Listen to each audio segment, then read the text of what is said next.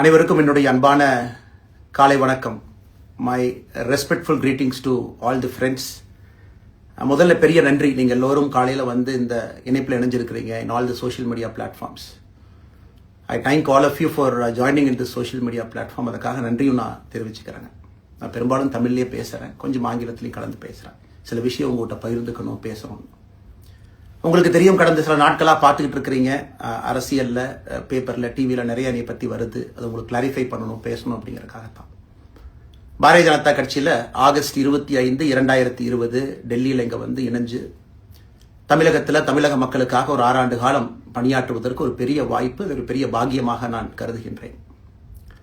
இன்னைக்கு எந்த இடத்துல இணைஞ்சனோ அதே இடத்துல வந்து மரியாதையோடு, பண்போடு, அன்போடு என்னுடைய பாதை வேறு பாதையில் பயணம் செய்யணும். இலக்குகள் இன்னும் பெரிதாக இருக்கிறது. நிறைய மக்கள் இணைச்சு செயல்படணும். ஒரு புதிய அரசியலை, அடிப்படை கட்டமைப்பை மாற்றக்கூடிய அரசியலை உருவாக்க வேண்டும் என்கின்ற ஒரு எண்ணத்தோடு இன்னைக்கு வந்து ரொம்ப பண்போடு சொல்லிவிட்டு அதே இயக்கத்திலிருந்து வெளியே வருகின்றேன். இது தமிழர் பண்புன்னு கூட வச்சுக்கலாம். வெளியே சென்றாலும் கூட மரியாதையோடு சொல்லிவிட்டு செல்வது நம்முடைய பண்பு என்பதுதான் எனக்கும் இலக்கணமாக இருந்திருக்கிறது. இன்றிலிருந்து நம்முடைய ஒரு புதிய பாதை, ஒரு புதிய இயக்கம், ஒரு புதிய பொலிட்டிக்கல் மூமெண்ட், அடிப்படையிலிருந்து ஒரு புதிய பரிமாணத்தோடு, பார்வையோடு பார்க்கக்கூடிய ஒரு விதத்தில் தான் நம்முடைய மூமெண்ட்டை நம்ம ஆரம்பிக்கணும். நீங்கள் எல்லோரும் சேர்ந்து இணைஞ்சு அதை ஆரம்பிக்கணும் அப்படிங்கிறது என்னுடைய பெரிய ஆசைங்க. அதற்கு முன்பு சில விஷயத்தை சொல்லணும். என்னுடைய அரசியல் பாதை என்பது ரொம்ப வளைஞ்சு நெளிஞ்சு இங்கே வந்து உங்க முன்னாடி நின்றுட்டு இருக்கேன். இது ஈஸி பாத் கிடையாது. ஒரு கிராமத்தில் பிறந்து ஒரு சாதாரண குடும்பத்தில், விவசாய குடும்பத்திலிருந்து வந்து ஒரு காமன் மேன் அரசியலுக்கு வர்றதே நம்ம ஊரில் நம்ம ஒதுங்கிக்குவோம், வரமாட்டோம். பட் அதே போல் என்னுடைய பாதையும் கூட 2009 கேப்டன் விஜயகாந்த் அவர்களுடைய கட்சியில் தேமுதிகவில் ஐஎம் லக்னோவில் படிக்கும் பொழுது ஒரு இன்டர்ன்ஷிப்பாக 3 மாத காலம் ஆரம்பித்து, அதன் பிறகு 10 ஆண்டு காலம் கழித்து பாரதிய ஜனதா கட்சியில் ஆரம்பித்து 6 ஆண்டுகள் பாரதிய ஜனதா கட்சியிலிருந்து இன்னைக்கு தனித்துவமாக நம்முடைய இயக்கத்தை மக்கள் முன்னாடி வைக்கணும், உங்க முன்னாடி வைக்கிறேன். 25 வயசுல எனக்கு அந்த இன்டர்ன்ஷிப் திரு விஜயகாந்த் அவங்க கிட்ட செய்யறக்கு ஒரு பெரிய பாக்கியம். அன்னைக்கு அரசியல்லாம் என்னன்னே தெரியாம ஒரு புதிய அரசியலை தமிழகத்தில் கொண்டு வர முடியுமான்னு யோசித்த தருணம். இன்னைக்கு வயது 42, கிட்டத்தட்ட 17 ஆண்டுகள் போராடிக்கிட்டே இருக்கிறேன். ஒரு புதிய பாதையை உருவாக்க முடியுமா, ஒரு பெட்டர் பாலிடிக்ஸ், ஒரு பெட்டர் சொசைட்டி கொண்டு வர முடியுமா. அதே நேரத்தில் நிறைய யூகங்கள், நிறைய பேர் நிறைய சொல்றதுனால இதே டெல்லியில் ஆகஸ்ட் 24, 2020 பிஜேபியில் இணைய வரும் பொழுது சூப்பர் ஸ்டார் ரஜினிகாந்த் அவங்க எனக்கு ஃபோன் பண்ணாங்க. எனக்கும் அவருக்குமான நட்பு கிட்டத்தட்ட நான் பதவியிலிருந்து வந்த பிறகு ஒரு நட்பு. நிறைய அவர்கிட்ட பேசுவேன். அவருடைய அரசியல் பாதை எப்படி இருக்கணும் அப்படின்லாம் பேசியிருக்கேன். அப்ப திரு சூப்பர் ஸ்டார் அவர்கள் இங்க டெல்லியிலிருந்து திரும்ப வரணும், அவருடைய இயக்கத்தில் இணைய வேண்டும் என்ற வேண்டுகோளை ஆகஸ்ட் 24 ஒரு நாளைக்கு முன்னாடி பிஜேபியில சேரும் பொழுது வைத்த பொழுது 3 விஷயம் தான் என் கண் முன்னாடி இருந்துச்சுங்க. தமிழ்நாட்டுக்கு எது நல்லது, அதில் எந்த மாற்று கருத்தும் இல்லை. சூப்பர் ஸ்டார் அரசியலுக்கு வர்றதுதான் தமிழ்நாட்டுக்கு நல்லது. சூப்பர் ஸ்டாருக்கு என்ன நல்லது, அவர் அரசியலுக்கு வராமல் இருக்கிறது தான் அவருக்கு நல்லது. கோவிட் காலகட்டத்தில் அவருக்கு இருக்கக்கூடிய உடல் பிரச்சனைகள், அதையே பார்த்துக்கணும். முதல்ல அவர் ஆரோக்கியமா சந்தோஷமா இருக்கணும். அண்ணாமலைக்கு எது நல்லது, பாரதிய ஜனதா கட்சியில் இணைகின்றேன் என்கின்ற வாக்குறுதியை திரு சந்தோஷ் ஐயா கிட்ட கொடுத்தேன், ஒரு ப்ராமிஸ் கொடுத்தேன். அதை பிரேக் பண்ணக்கூடாது அப்படிங்கிறதுல நான் தெளிவாக இருந்தேன். ஸோ 3 கான்ஃபிளிக்ட் இங்கே இருக்கும் பொழுது, ஸோ ஒரு நாள் இந்த கட்சியில் இணைவதற்கு முன்பாகவே முழு கான்ஃபிளிக்ட். அன்னைக்கே ரஜினிகாந்த் ஐயா பேசி அந்த ஃபோன் காலுக்கு முதல் முறையாக மறுத்து, ஐயா மன்னிச்சுக்கங்க என்னால் வர முடியாது என்று சொல்லி பாரதிய ஜனதா கட்சியில் அடுத்த நாள் இணைத்துக் கொண்டேன். அதன் பிறகு சூப்பர் ஸ்டார் அவங்களை பார்த்து மன்னிப்பு கேட்டேன். அவரும் பெருந்தன்மையாக அவருடைய அரசியல் பாதையை அவரும் பெருந்தன்மையாக அடுத்து தீர்மானிச்சார். எதுக்கு அதை நான் சொல்றேன் அப்படின்னாங்க, சில யூகங்களுக்கெல்லாம் இன்று முற்றுப்புள்ளி வைக்க வேண்டும் என்பதற்காக மட்டும்தான் இதை நான் சொல்றேங்க, வேற எந்த காரணமும் கிடையாது. இன்னைக்கும் சூப்பர் ஸ்டார் அவர்கள் மீது பெரும் மதிப்பும் மரியாதையும் வைத்திருக்கக்கூடிய மனிதன் நான். அதே நேரத்தில் பாரதிய ஜனதா கட்சியை பொறுத்தவரை இந்த 6 ஆண்டு காலத்தில் எப்பொழுதும் ஒரு விஷயத்தை விட்டுக் கொடுத்தது கிடையாது. தமிழ்நாட்டினுடைய அடையாளத்தை விட்டுக் கொடுத்தது கிடையாது, மண்ணை விட்டுக் கொடுத்தது கிடையாது, கலாச்சார பாரம்பரியத்தை விட்டுக் கொடுத்தது கிடையாது, நம்முடைய நீரை விட்டுக் கொடுத்தது கிடையாது. நிறைய பேர் என்கிட்ட கேட்பாங்க, குறிப்பா இந்த பகுதி இந்தியாவில் வரும்பொழுது, அண்ணாமலை நீங்க தமிழனா இந்தியனா அப்படின்னு கேட்பாங்க. இது எனக்கு ஒரு பெரிய கான்ஃபிளிக்டிங் கொடுக்கக்கூடிய ஒரு விஷயம். Are you Tamilian, are you an Indian அப்படின்னு. தமிழ்நாட்டில் என்னுடைய அப்பாவோ அம்மாவோ, என்னோட அம்மா தமிழ்நாட்டை தாண்டி வெளியே வந்ததே கிடையாதுங்க. தமிழ்நாட்டில் மட்டும்தான் இருந்திருக்கிறாங்க. என்னுடைய பாரம்பரியம் எல்லாமே. அப்பா ஒரு முறை தமிழ்நாட்டுக்கு வெளியே சின்ன வயசுல வந்துட்டு போயிருக்கிறாங்க. அங்கேயே ஆண்டு காலமாக இருந்து விவசாயம் செய்யக்கூடிய குடும்பம். எனக்கு முதல் வாய்ப்பு தமிழ்நாட்டை விட்டு வெளியே வந்து லக்னோவில் படிக்கிறதுக்கு, அதன் பிறகு டெல்லியில் இருப்பதற்கு, ஹைதராபாத்தில் 2 ஆண்டு காலம் ட்ரைனிங்கில் இருப்பதற்கு, அதன் பிறகு கர்நாடகாவில் 8-9 ஆண்டு காலம் ஐபிஎஸ் அதிகாரியாக பணி செய்வதற்கு. ஸோ இந்தியா முழுவதுமே கிட்டத்தட்ட அந்த 10-15 ஆண்டுகள் சுற்றிவிட்டேன்.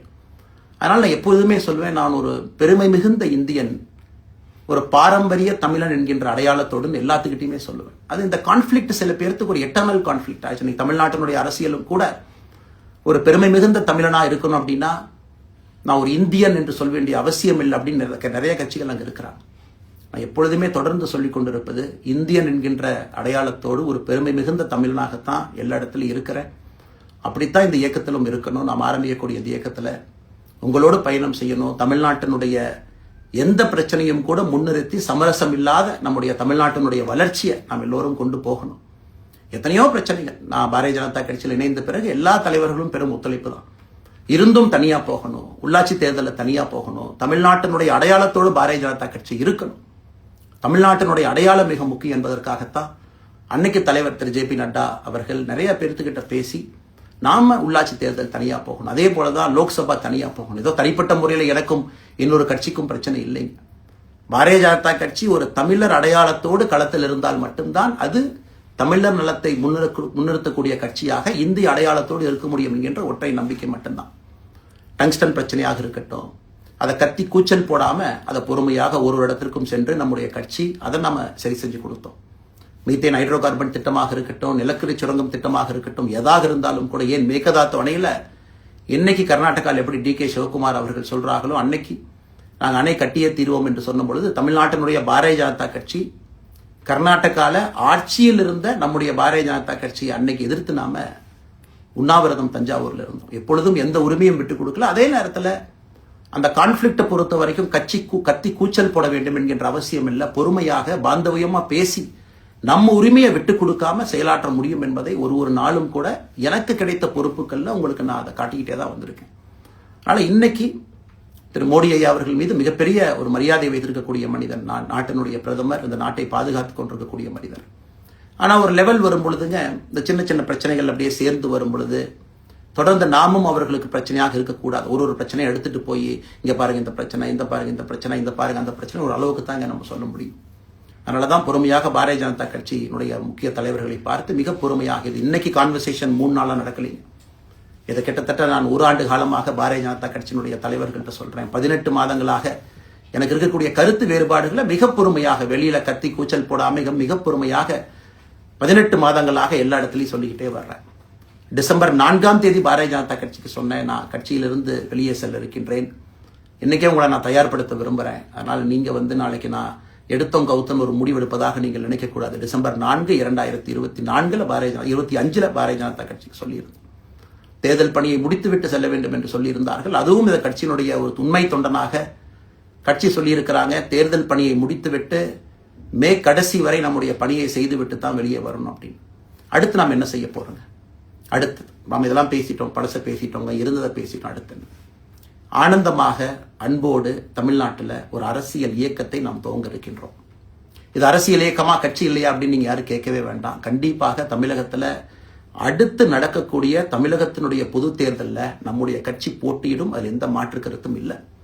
அதற்கு நம்ம தயார் பண்ணணும், நிறைய லீடர்ஸை தயார் பண்ணணும், நிறைய கேடர்ஸை, வாலண்டியர்ஸை தயார் பண்ணணும், உத்வேகத்தோடு தயார் பண்ணணும். அவங்களுக்கு அந்த ஸ்கில் செட்டை நம்ம உருவாக்கி கொடுக்கணும். அதற்கு கொஞ்சம் நேரமாகும்.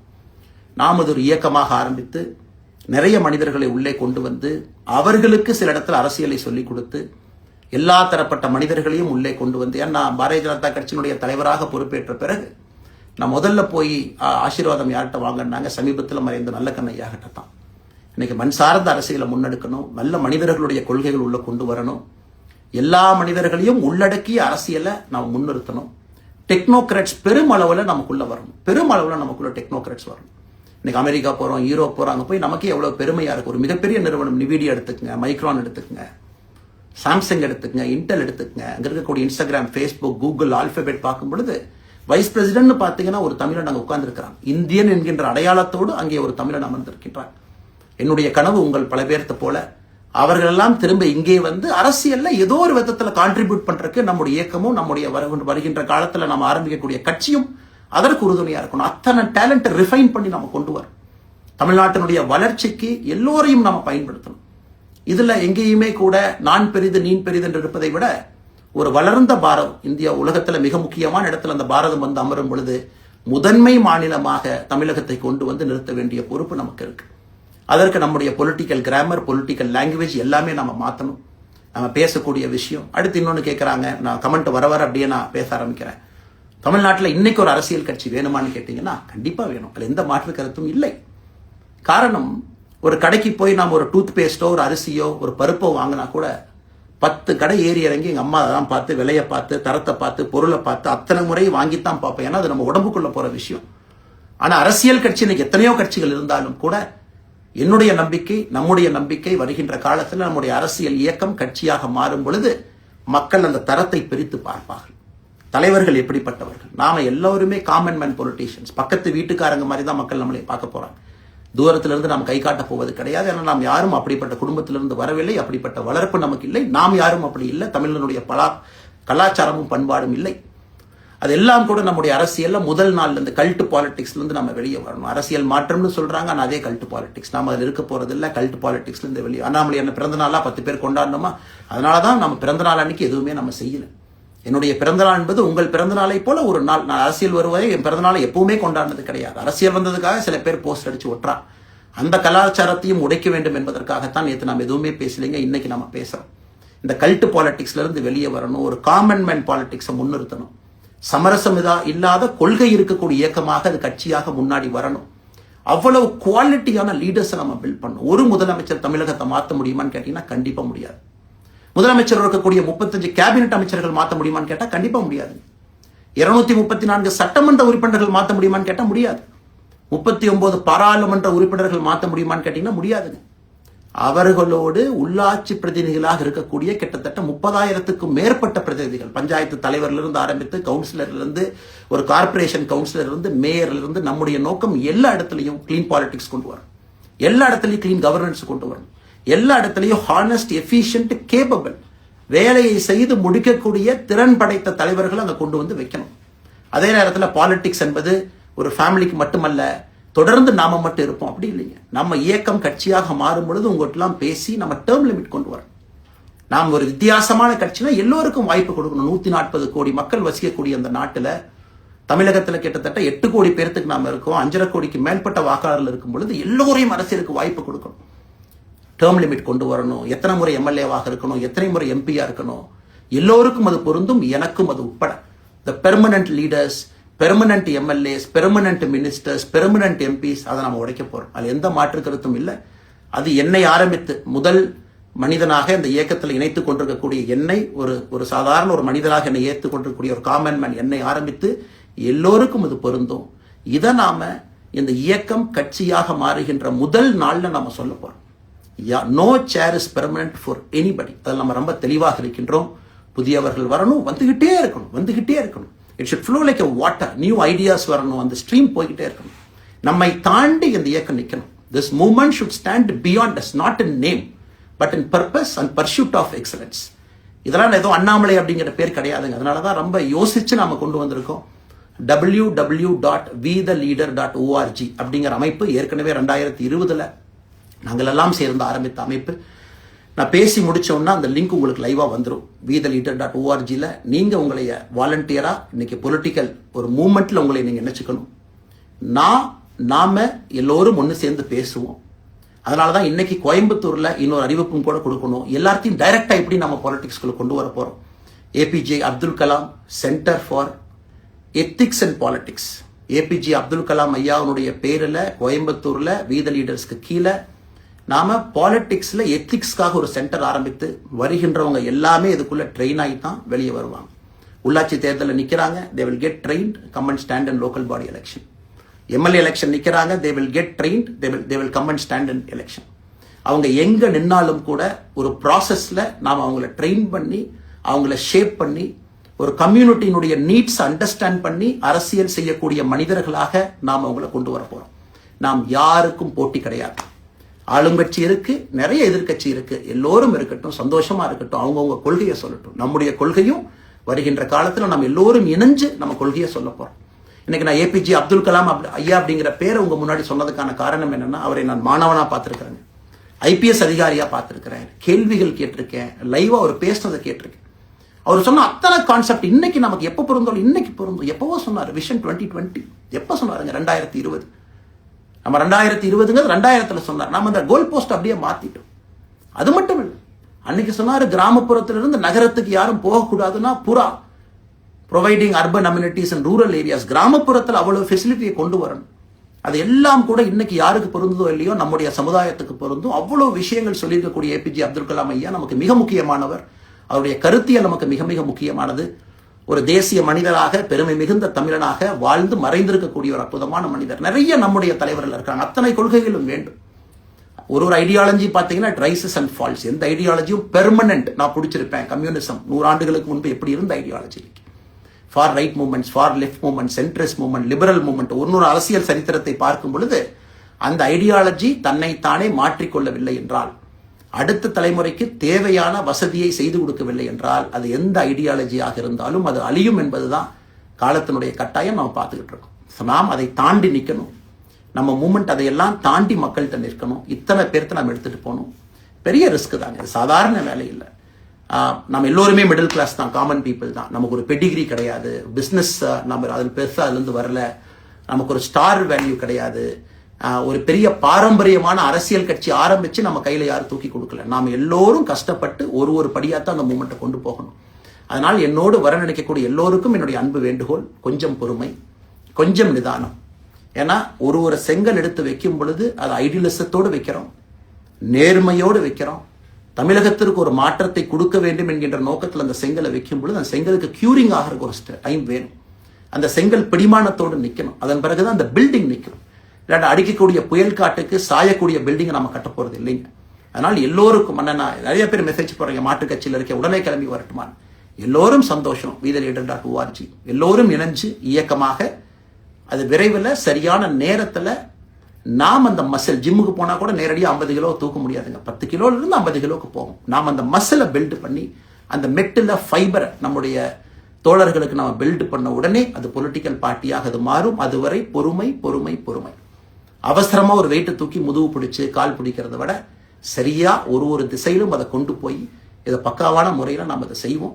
ஆனால் இன்றிலிருந்து நம்முடைய VTheLeaders.org அதில் மூமெண்ட் நம்ம ஆரம்பிக்கிறோம். கோயம்புத்தூரில் ஏபிஜே அப்துல் கலாம் ஐயாவோட பேரில் centre for ethics and politics அதை உருவாக்குறோம். உள்ளாட்சி தேர்தலுக்கு நிறைய மனிதர்களை இங்கிருந்து நம்ம அனுப்புகிறோம். அவங்க உள்ளாட்சி பிரதிநிதிகளாக வர்றாங்க. குட் பாலிட்டிக்ஸை நம்ம சொல்லிக்கிட்டே வர்றோம். அதனால தான் நான் அடிக்கடி சொல்லுவாங்க, நாம மாறுவோம், மாற்றம் தானாக நடக்கும். ஸோ அதனால தான் நம்முடைய இந்த மூமெண்ட்டினுடைய கொள்கையே மாறுவோம், மாற்றுவோம். Let us also change to bring change. இந்த ரெண்டையும் செய்வோம். யாரும் எதுவும் வன்மம் கிடையாது. அதே நேரத்தில் நம்முடைய சமூக வலைதளத்தில் இருக்கக்கூடியவங்க நான் வாரியர்ஸ்ன்னு சொல்லிங்க, you are the change agents. என்னை பொறுத்தவரை ஒரு மாற்றத்தை கொடுக்கக்கூடியவங்க நீங்கள். சண்டை களத்தில் சண்டை போடுறது நம்ம வேலை இல்லைங்க, மாற்றத்தை கொடுக்கக்கூடியது நம்முடைய வேலை.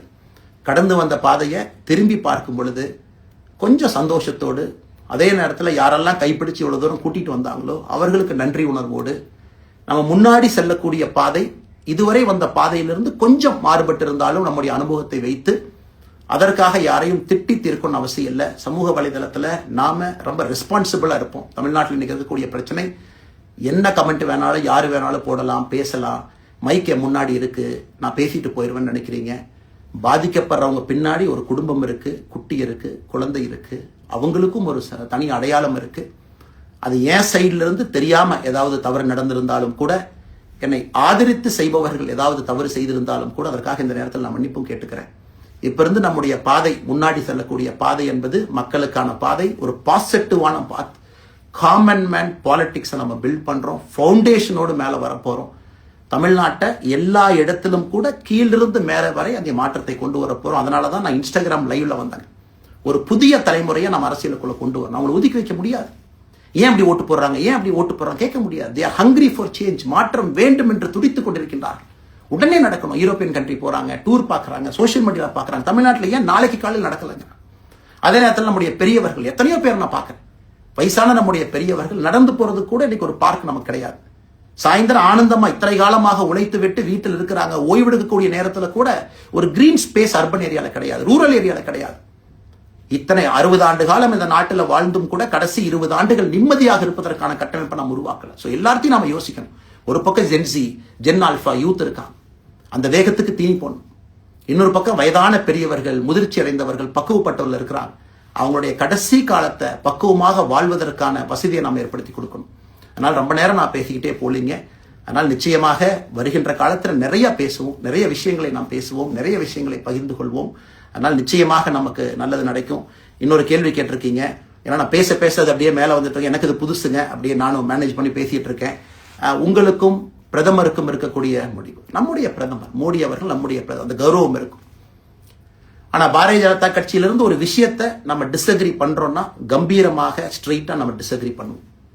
3 மொழி கொள்கை சமீபத்தில் கொண்டு வந்திருக்கக்கூடிய டைம் டேபிள்ல மாற்றம் 2029 தான் 9ஆம் கிளாஸ் பசங்க 3வது மொழியை படிச்சிருக்க கூடாது. 2020 மாற்றிய பொழுது நான் குரல் கொடுத்தேன். அதுல எந்த மாற்று கருத்தும் இல்லை. நாம் அப்போஸ் பண்றதுக்காக யாரையும் அப்போஸ் பண்ண மாட்டாங்க. எதிர்ப்பதற்காக நம்முடைய அரசியல் கிடையாது. எப்படி திமுகவை பார்க்கின்றோமோ, எப்படி அதிமுகவை பார்க்கின்றோமோ, எப்படி டிவிகேவை பார்க்கிறோமோ, எப்படி அண்ணன் சீமான் அவர்களை பார்க்கிறோமோ, எப்படி அண்ணன் அன்புமணி அவர்களை பார்க்கிறோமோ, எப்படி இங்க இருக்கக்கூடிய எல்லா தலைவர்கள், அண்ணன் ஜி கே வாசன் அவர்கள், ஏசி சண்முகம் அவர்கள், பாரிவேந்தர் அவர்கள், ஜான் பாண்டியன் அவர்கள், எல்லா கிருஷ்ணசாமி ஐயா அவர்கள், ஐயா வைகோ அவர்கள், அம்மா பிரேமலதா அவர்கள், எல்லா தமிழகத்தில் இருக்கக்கூடிய எல்லா அரசியல் கட்சியினுடைய தலைவர்கள் எப்படி பார்க்கிறோமோ அப்படித்தான் நான் பாரதிய ஜனதா கட்சியை பார்ப்பேன். அதற்காக நம்ம போய் ஒரு வன்மமோ எதுவும் கிடையாது. கட்சி அவங்க கொள்கையை அவங்க முன்னிறுத்த போறாங்க. நம்ம இயக்கத்தினுடைய கொள்கை, நம்ம கட்சியினுடைய கொள்கையை நம்ம முன்னிறுத்த போறோம். யாருக்கும் நாம் போட்டி கிடையாது. மக்கள் முன்னாடி தரம் பார்த்து மக்கள் நம்மை தேர்ந்தெடுப்பார்கள் என்கின்ற நம்பிக்கையோடு மக்கள் முன்னாடி நம்ம நிற்கிறோம். அடுத்த இன்னொரு கேள்வி கேட்டீங்க. அமித்ஷாஜி அவங்களை நீங்க பாத்தீங்க, போட்டோலாம் வந்துச்சு, என்ன விஷயம் அப்படின்னு. அமித்ஷாஜிட்டையும் அமித்ஷா அவர்கள்ட்டையும் ரொம்ப பொறுமையா போய் நான் சொன்னேன், இந்த மாதிரி எக்ஸ்பிளைன் பண்ண நான் போகணும். அதே நேரத்தில் நான் யாரிடமும் சண்டை போட்டு விட்டு தமிழகத்தில் உட்கார்ந்து ஐ எம் ரிசைனிங் ஃப்ரம் பார்ட்டின்னு அனுப்புற ஆள் நான் கிடையாது. எனக்கு அது பழக்கமும் கிடையாது. வந்து நேரம் உங்க கண்ணை பார்த்து சொல்லிட்டு சில தவறுகள் இருந்தாலும் அதையும் சொல்லிவிட்டு போகக்கூடியதை என் பண்பு. நாகரீகமாக செய்ய முடியும் என்று நினைக்கின்றேன் என்று சொல்லிவிட்டு தான் வெளியே வந்தேன். அப்படித்தான் ஒரு தலைவர்கிட்டையும் பண்ணேன். அதை நாம் எப்பொழுதுமே பண்ணுவோம். நாகரீகமான அரசியலை முன்னெடுப்போம். சமூக வலைதளத்தில் ஆபாசம் வேண்டாம். சமூக வலைதளத்தில் நல்லதை பேசுவோம். எல்லோரும் அவங்கவுங்க இடத்துல தமிழ்நாட்டு மக்களுக்கு நல்லது பண்ணட்டும். பொறுமை பொறுமை பொறுமை. கடைசியாக இந்த வார்த்தையை திரும்ப நான் பயன்படுத்துறேன். பில்டிங் கட்டுறோம், கீழிருந்து கட்டுறோம், அதை சரியான முறையில் கட்டி எடுத்துட்டு போகணும். நம்புங்க, கூட இருங்க. 42 ஆண்டுகள் வளைஞ்சு நெளிஞ்சு சுத்தி இன்னைக்கு இந்த இடத்துல உங்க முன்னாடி வந்து உட்கார்றேன். நிச்சயமாக நம்ம எல்லோரும் சேர்ந்து ஒரு பெரிய புரட்சியை, மாற்றத்தை தமிழகத்திற்காக, ஒரு பாரத நாட்டுக்குள்ள, இந்திய நாட்டுக்குள்ள முதன்மை மாநிலமாக தமிழகத்தை கொண்டு வருவது மட்டும்தான் நம்முடைய குறிக்கோள். வேறு எதுவும் நம்முடைய குறிக்கோள் கிடையாது. அதற்காக நம்முடைய வாழ்வை அர்ப்பணிப்போம். காத்து கொண்டிருக்கக்கூடிய எல்லோருக்கும், கேட்டுக்கொண்டிருக்கக்கூடிய எல்லோருக்கும் உங்களுடைய பொறுமைக்கு நன்றி தெரிவித்து மறுபடியும் சொல்லிக் கொள்கின்றேன். மாறுவோம், மாற்றுவோம். மிக்க நன்றி. வணக்கம்.